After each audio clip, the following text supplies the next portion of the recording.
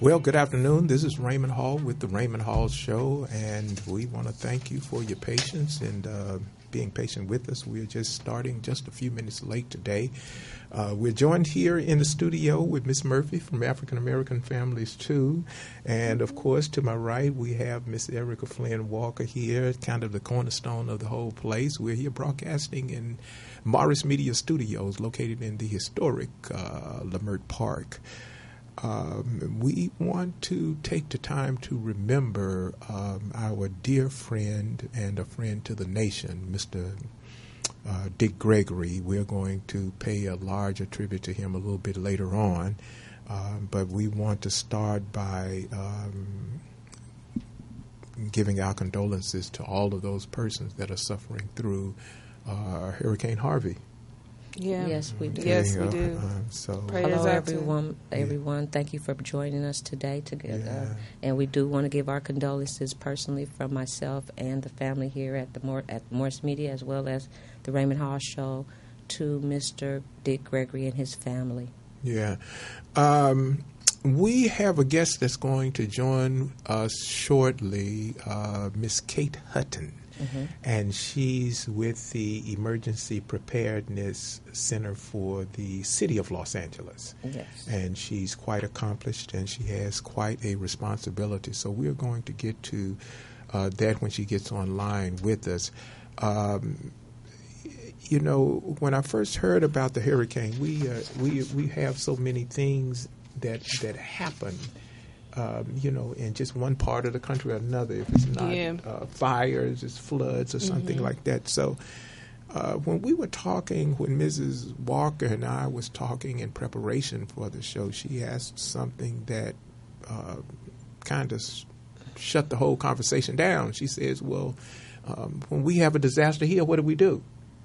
Right, that part. Yeah, that part. That part right there. You think you know everything. You know, you read, okay, well, I got to answer for this, I got to answer. And, you know, it's interesting because when you know you have a question when the room goes quiet. Right. Mm-hmm. And when that question was asked was, well, what do you do? Mm-hmm. It kind of went quiet because nobody did it. So we framed it in the terms of, how do I stay safe? Mm-hmm. How do I help my neighbor? Mm-hmm. And how do I communicate even to emergency responders? Okay. So those are the things we're going to be talking about today in this section. There's so much devastation down there in Houston. Yeah. I think close to 100,000 homes are, maybe out of order. So praying for those people, those families. Yeah. And it's absolutely a way that we're seeing, though, which is what I was reading on the internet, that people are really coming together and they're showing each other camaraderie. And although they're not a family, this is what brings us all together as Americans. We unify in the midst of crisis, and it's so unfortunate that it has to come to something like this, which is a natural disaster, Mother Nature. Yeah. But, we know that we're going to get through it, and we all hope for the best and pray for the people there in Houston right now that's been devastated. Well, there are some things that caught my attention, and prayer is in that place where faith is and where hope is. Yes. And not everyone is going to hold to those things. We are built. I stand on the fact that if it wasn't for God's grace and mercy, I wouldn't even be here. And I don't have any reservations on saying that. But I noticed even in the midst of the horrific tragedy that there was conversations that were just distracting.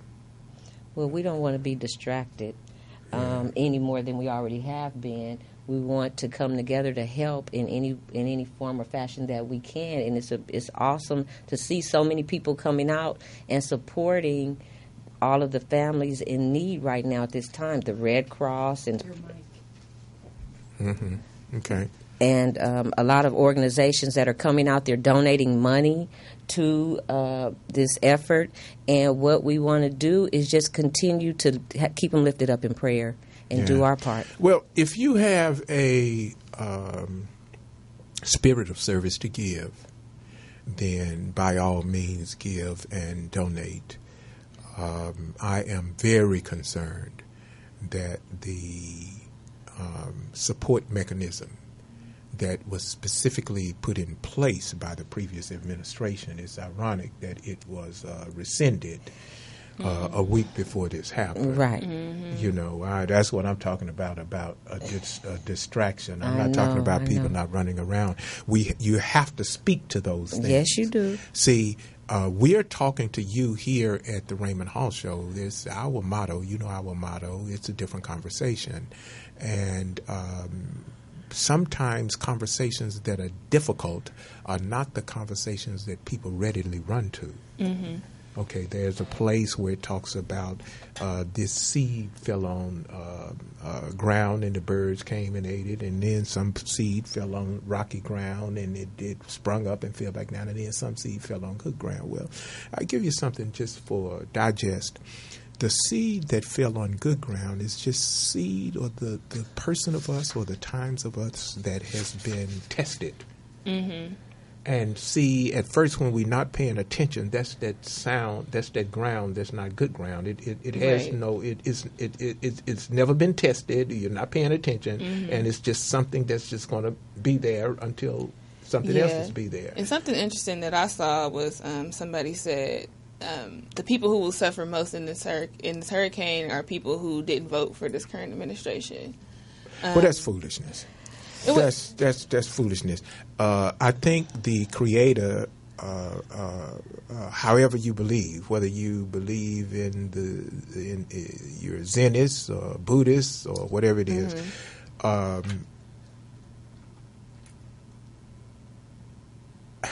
that's foolishness. Okay. Let's go back to the preamble. Okay. We the people. The we the people. Let's go back to that door. That's what I'm saying is foolishness. If the Creator is able to put it in someone to create a document, and they who create the document themselves own slaves, and then years pass when the descendants of the people that they own are able to say and prove that document counts to me in too. So, you had people who are looking through the same door, the door of the Constitution, to say, I belong, I have a right too. Right. So someone coming into office does not negate the preamble of the Constitution. That's why I say it's foolishness. Right. Now, you got everything going on from, I'm not going to even begin. Some people will run over somebody and keep going because they don't want to stop and admit that they were wrong.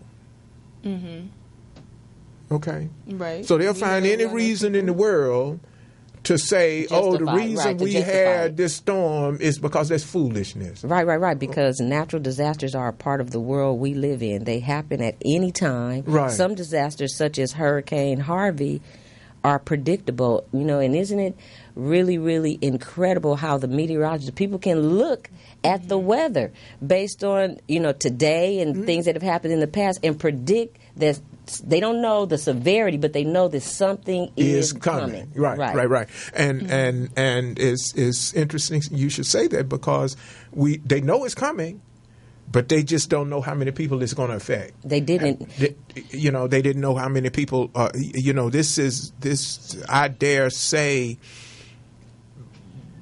you really can't compare Katrina to Harvey because Katrina just had us all going to that very special place and just dealing with our own consciousness. Right.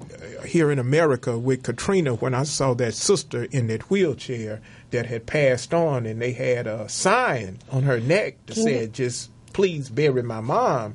And we're here in America. Right. So deep. I thought of days when I was in service, and and I thought of neighbors, and I thought of people who, what did this lady do? Did she cook peach cobblers? Did she, what was her life about? And we here, this is Mm-hmm. And that's the thing about natural disasters is it affects people of lower social economical status disproportionately. It's a disparity there. So if you don't have the money to get out and right. evacuate or fill your tank up or go and stock up at the store, or you gotta get your kids together and get everybody out, and it's 2 million people trying to leave the city at one time, and that's what I mean when it kind of affects people disproportionately. Right. And I think the only thing that we can do as in our communities, this is what we're doing at HAF, is our latest project is SOS, which is Save Ourselves. So now you all just initiated a project at African Rail. Tell us about that. Yeah, so we actually just wrote a grant for disaster preparedness because in California the imminent threat is an earthquake. Right. We haven't had a major earthquake in 300 years. We're 150 years overdue. Well, hold on. Wait a minute, we had an earthquake now. We had major. Okay.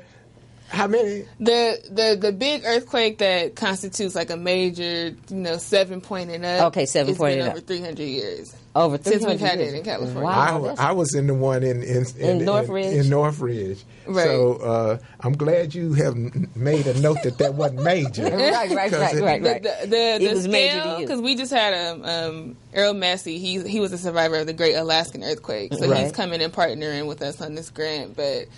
He was telling us that these are the stats, and we're about 150 years overdue for the big one. Okay. That's going to be devastating. Wow. And, they're predicting it's going to come anytime. And the best thing, and especially in Spot 6, which is where we are, they're going to take about 2 weeks to get to us. And that's a good projection.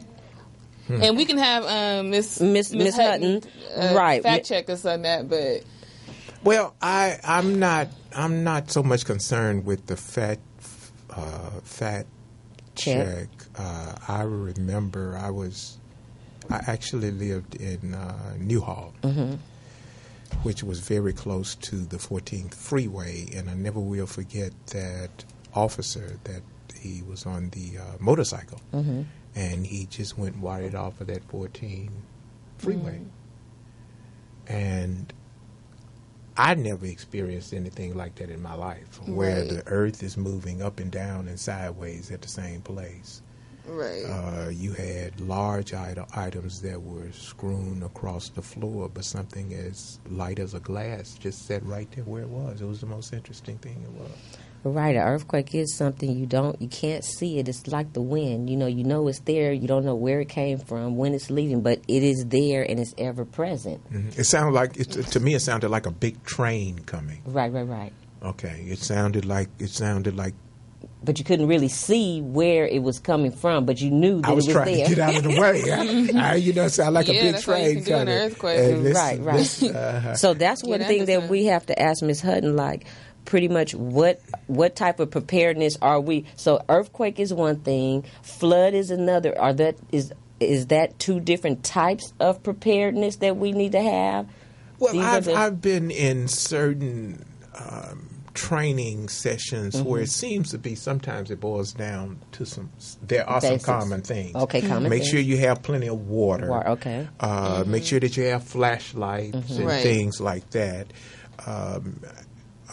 I'm a little concerned when they start cutting back services. Yeah. They have all of these specialized services, but when you don't, I remember with the neighborhood councils through the city, they had emergency preparedness and had training for ham operators and things like that. So,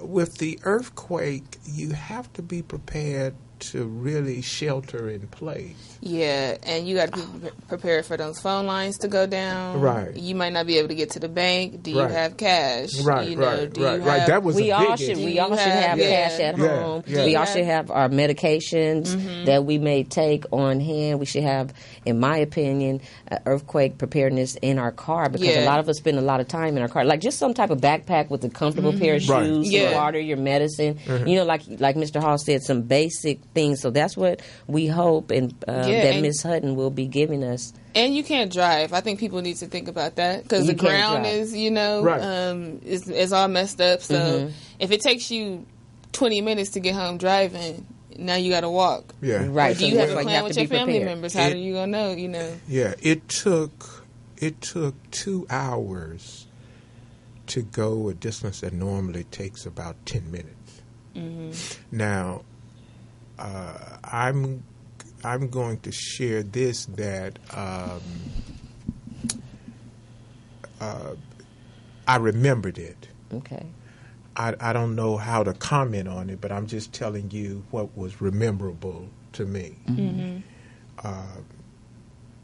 There was a designated area in the Newhall place that they told us all to go, and you just drove in your car and hit the button, your trunk flipped up, and you had people that loaded your trunk up and you went on. What did they load your truck with? Food, water, blankets, that kind of thing. Okay. And I had business that brought me into L.A., so I took the train.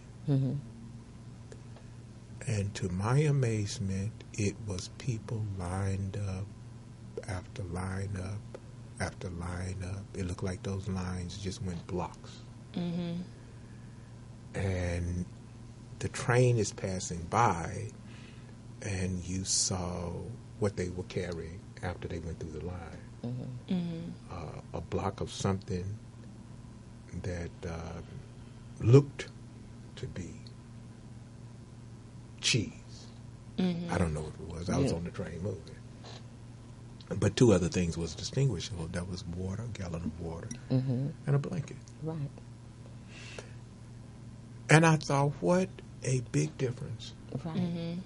What a choice we would all have to make. That's what Ms. Murphy and I were speaking about earlier. If someone said, well, you have 30 minutes before we're going to be in imminent danger, what would be the things that you would take in those 30 minutes, as far as being prepared for the atmosphere or what may await you if you're told that, you have this set amount of time and you have to go? What would be the things in preparedness that would be the most important? Vital, yeah. I think one of the things that would definitely be vital would be some kind of electronic record, a thumb drive or something that had all of your medications on it and your doctor's names and numbers and what you've been diagnosed with. Medical record is very, very important. That's something that is at the top of the list of things that will be needed. Yeah, I don't know because I don't check folk out that deeply, but I was surprised when the VA put your dentures and everything together. They put your number, put your name and your social security number right there in your dentures. In your who? In your dentures. Oh, really? Yeah. So what do you mean put them in there? They put them in there. So there's a chip inside your... No, it's like not printed? It's printed. It's printed. It's printed. It's a part of your denture.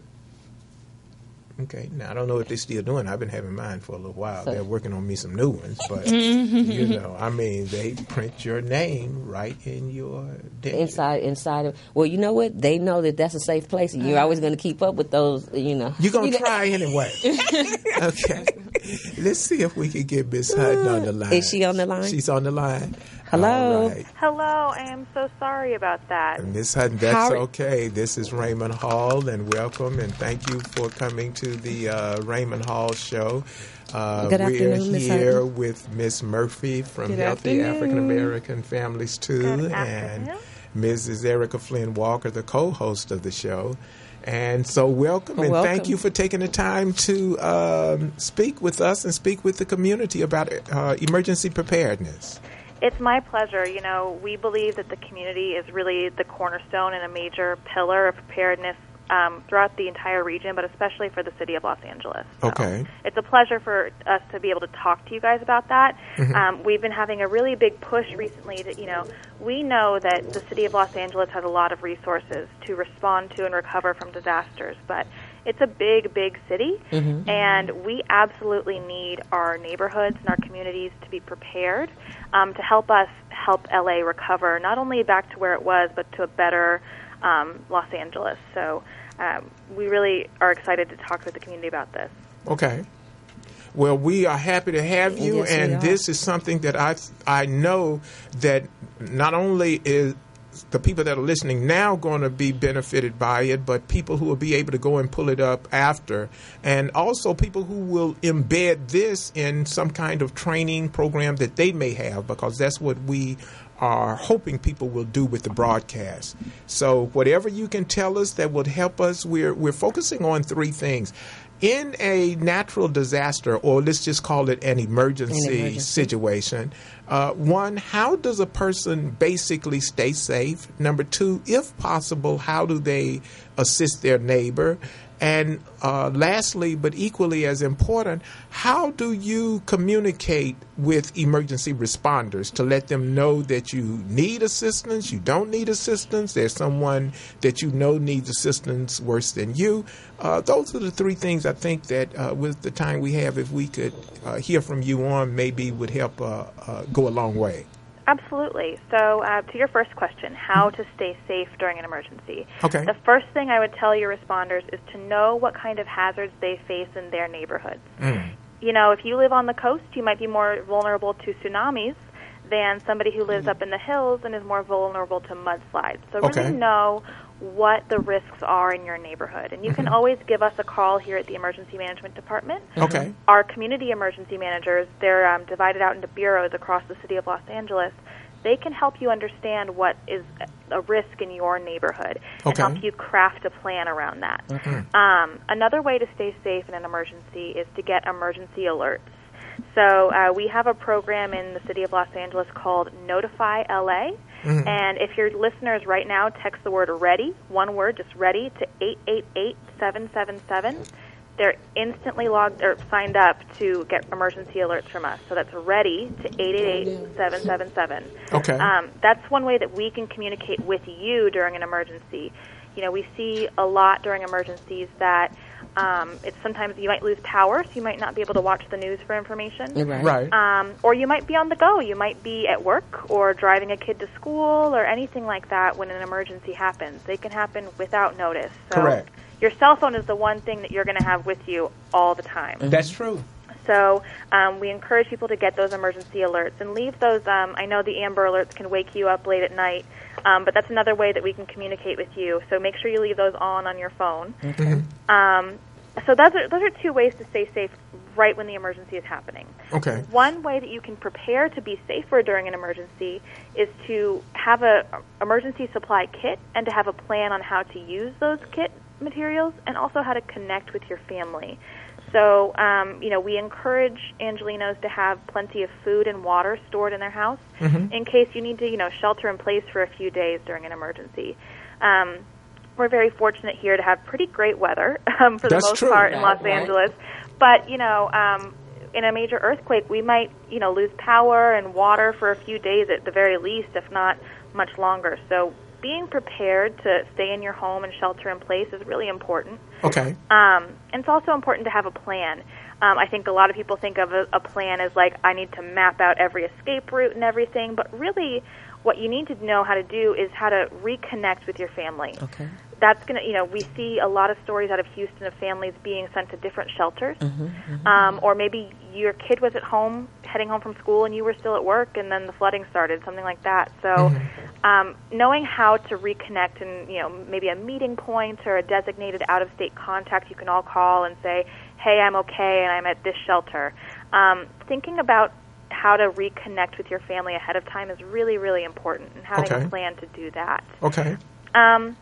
So once you've kind of prepared and connected with your family, you want to maybe assist your neighbors. And we really appreciate Angelinos who want to help their neighbors out. And I think, amidst all the tragedy that we're seeing out of Texas and Louisiana, the really amazing and inspiring stuff is we see that neighbors are helping neighbors. Yes, correct. And so what we want people to do is to really know their neighbors. And I think that's the basic foundation of preparedness is knowing your neighbors. And you might already have the basic elements of a neighbor plan in place. Maybe you know that your neighbor, if you can't make it home from work in time, you know that you can call your neighbor and they'll watch your kid for you, or they'll feed your dog. You already know your neighbors probably. So maybe that one conversation with your neighbors might be, hey, if an earthquake happens and I'm not home, can you check on my house really quickly? Or, maybe you have a senior citizen living next door to you and you know that you need to check in on them too. So we've learned a lot from those kind of experiences and some community planning programs we've done here, and we're developing a brand new neighborhood planning initiative that will be out at the end of this year called Ready Your LA Neighborhood. Ready Your LA Neighborhood. Yeah. Ready Your LA Neighborhood. And what that is, it's going to be a very simple tool for families or groups of maybe 10 to 15 neighbors, the people that you know right next door where you can see their house across the street. Creating a plan for your block or your neighborhood. And so if people are interested in getting that started, the full tool will be available by the end of the year, but we can get started with you and help you start to think about what you're going to want in your plan. You can just give us a call at the Emergency Management Department, and we'll connect you with your community emergency manager. Okay. And so that's, what we really want is to have every single neighborhood in Los Angeles have a plan. It's a lofty goal, but one, with shows like these where we're talking directly to the community, I think it's achievable.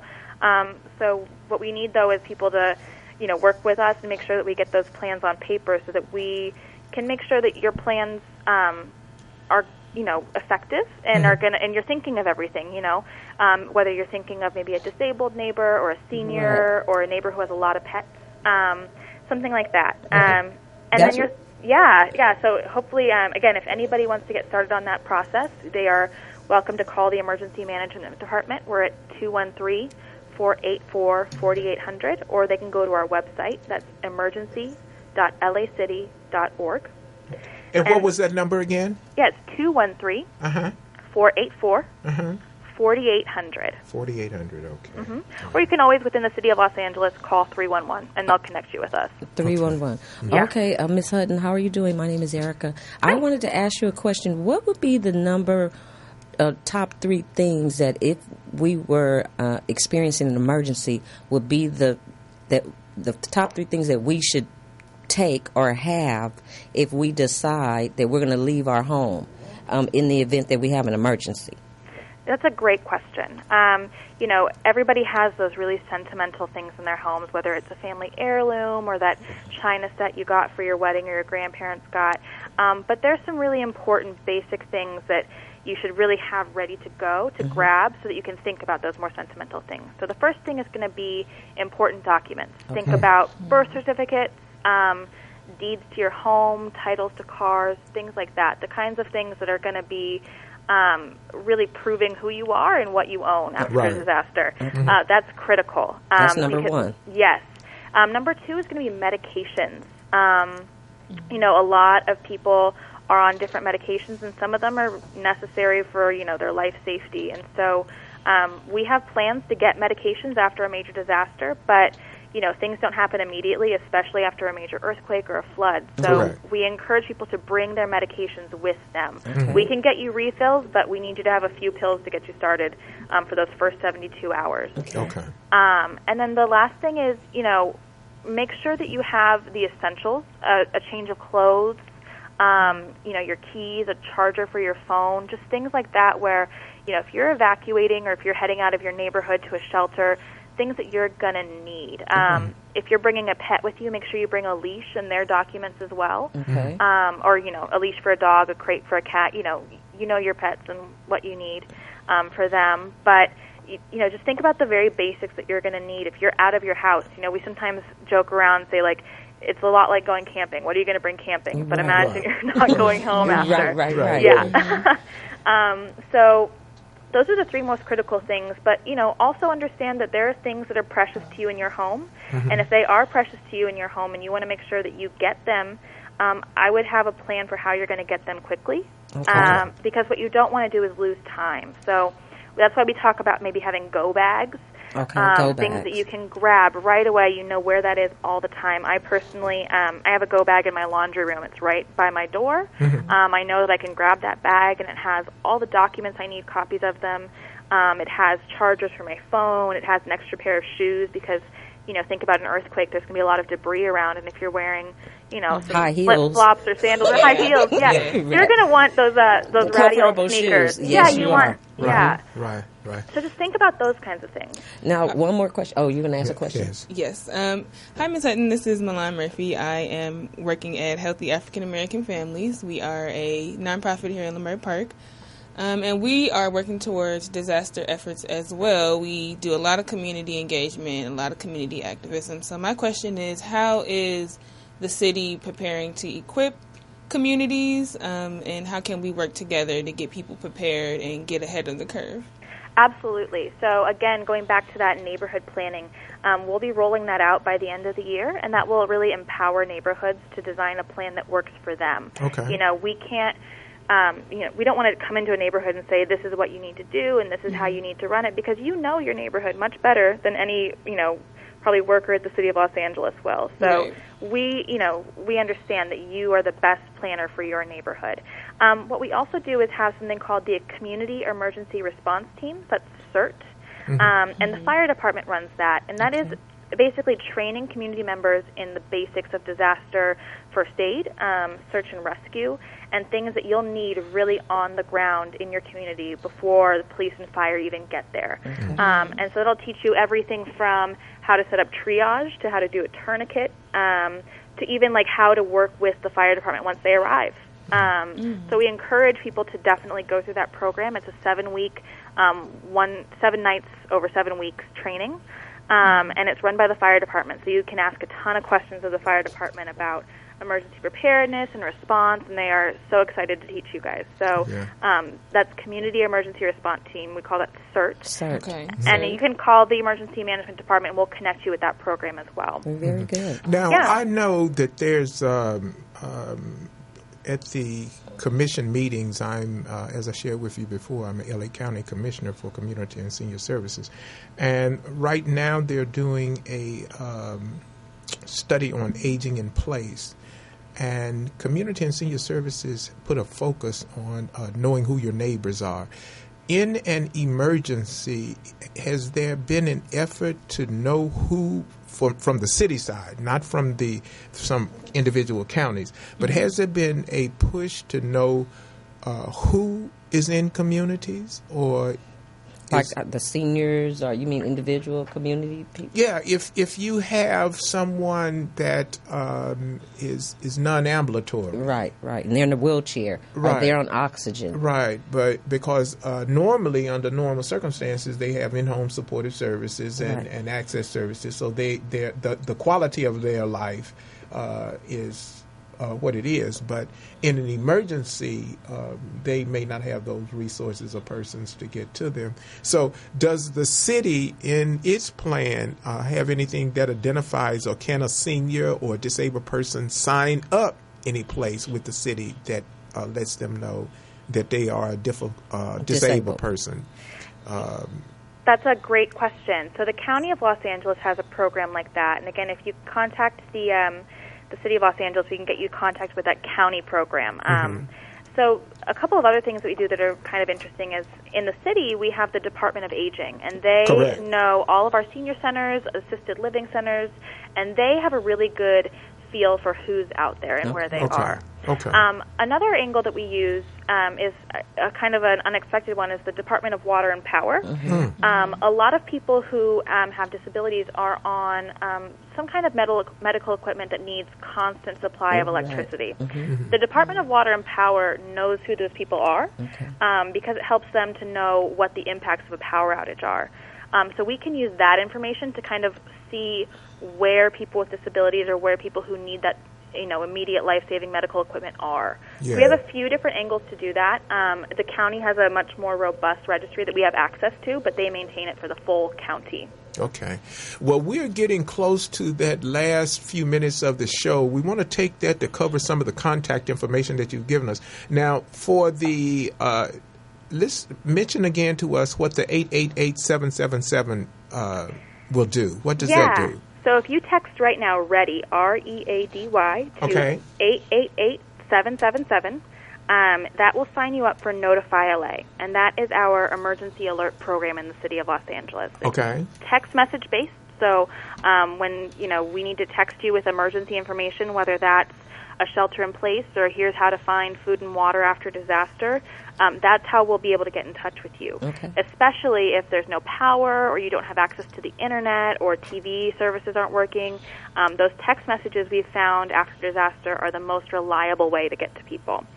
So, again, that's ready to 888-777. I just did it. It came right through. Okay. So I wanted to ask you a quick question. Is this the new emergency prepared system that we used to have in the old days when a buzz would come on and it would say, you are now tuning into the emergency broadcast system? Has that technically been changed to come to the phone now? So they've kind of expanded that. That's a great question. So the ones that you hear those tests and it's that horrible buzz sound that you hear, that is definitely for the TV and the radio. Okay. And then as cell phones began to become a thing, they said, well, we can use the cell phones too. So I'm sure you've all received one of those Amber Alerts at 12:30 in the morning. Right. We can use those as well. It's a slightly different program, but it's the same. It'll sound the exact same. It'll look the exact same, and in a major emergency. We're very fortunate here in LA to not have had to use that just yet.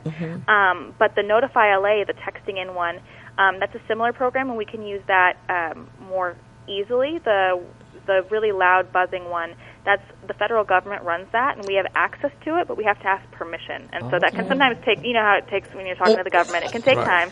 Well, that's a good thing to know. Thanks a lot for giving us that information. So give us the other contact information that you want to share with us, because you shared a number of things with us. Yeah. So give us any other telephone numbers or email addresses that you want to share with us. So you can always call our emergency management department. Our main line is 213-484-4800. And that's our main line. That can get you connected with any of the services I mentioned today. Okay. You can also go to our website, and that's just emergency.lacity.org. Okay. Well, Kate, we want to thank you so very much for coming to the show. We want to thank you for informing the viewing and listening audience, and I'll tell you a secret. We're looking forward to having you back again. Yeah, we'd really like to come back when we have that neighborhood planning program all rolled out. We'd love to come on and talk about that. Okay. Very good. Well, Thanks a lot, Ms. Hutton. Much. Okay. Thank you so much. Thank you. And we will look to talk to you. I want to, while you're on the phone, I want to thank Supervisor Janice Hahn there in the 4th District, because we just connected with Janice Hahn's office yesterday, and she is so receptive to helping the community. And Kate, your office is just phenomenal. You all are so receptive to helping the community that I want everyone to know this is when government is at its best, that it responds to the needs of we the people. Again, thank you so very much. Thank you. And we will say goodbye to you right now, and we will talk to you a little bit later. Have a good day. Bye, you too. Bye-bye. Bye. Okay. Very good. Well, that I tell you, that was very informative. That was very informative. Yes, absolutely. Makes you feel good to know that the city is actively taking. They're actively working right now. I called the city yesterday, and I have to give some credit to the county as well, because Kate suggested, well, why don't you reach out to the county? And I went, duh, since you were part of the county. Right. Okay. And I talked to Mr. Guillermo Medina. Mr. Medina. And he works under the direction of Director Cynthia Banks, who's in charge of Community and Senior Services and the Workforce Development Services. Okay. I'm going to put that about it maybe. But he did said he would look out to see if he could do something, but that was literally about an hour before it was time. And you know, that was excellent that we were able to have her, because if it all could work so simply, we can place a call, say we need something, and then it shows up. And we hope that it can continue to work in that way as we move forward, to gain our information that we need to be prepared for any natural disaster we may occur. Yeah. Or incur. We want to stop but for a moment and recognize the life of Mr. Dick Gregory. Yes. This young man was phenomenal. And I'm going to say he is phenomenal because it's one of those things that the Word talks about, the seed. His work is still growing in other people. Yes, it is. From actor to activist to neighbor to friend to very husband, impactful and meaningful. to father. I mean, some of the things that he said we can't repeat on the air, but you remember. Right. Spoken. Yeah, very well spoken he individual. Said the first good beating he got was when he was locked up. I never heard anybody appreciate a good beating. But he said, it had me to take a look at what people are willing to pay in regard to give service. Up, yes, and to stand up for what they believe. And that's what the whole thing was about. He says that, you know something, I'm here but for a time, and let me make a difference in the time. Right. Okay, so you all here coming to the Raymond Hall show under difficult circumstances. Yes, I did say that, didn't I? Dealing with Raymond Hall can be difficult sometimes. That is service, too. That is service, absolutely. What I'm saying to you is that service sometimes is not the easiest thing to do. No. It's not. Okay. Sometimes you have to have a heart for it. Yeah. Yeah. So we want to thank the work, the service, the life of Mr. Dick Gregory. We want to thank all of those times that he put work in and inspired so many people. And we're coming up to our last moment, so now it's down to 15 seconds. So Mrs. Murphy, you got 10 seconds. I just want to say, everybody get a plan, be prepared, let's save ourselves. And vote. In activism, yes, and vote. And vote. And I like to say, I just want to say thank you for all of the people that supported me during the time that I was experiencing discomfort last weekend. I am here. I'm feeling better, and thanks a lot. Also, I want to say thank you to Mr. Hall and Mr. Murphy and the African American Healthy Families for coming to sit with us here on the panel. You can follow us at Facebook, Twitter, or Instagram at theraymondhallshow.com, and we look forward to continuing this different conversation with you next time at 2 p.m. Thursday at theraymondhallshow.com. Thank you. Hey, thank you all for listening in. This is Raymond Hall, and tell your friends about the show. Tell others that their service matters, okay? The might of the nation is her bombs and bullets and all of those things, but the strength of the nation is the service that's provided in her communities. So in the community of you, give service. In the heart of you, have a heart for doing something that enhances, builds, or makes better the life of someone else in the community. Remember, your job is for you, your service is for others. Thank you for listening in. This is the Raymond Hall Show. Have a good day.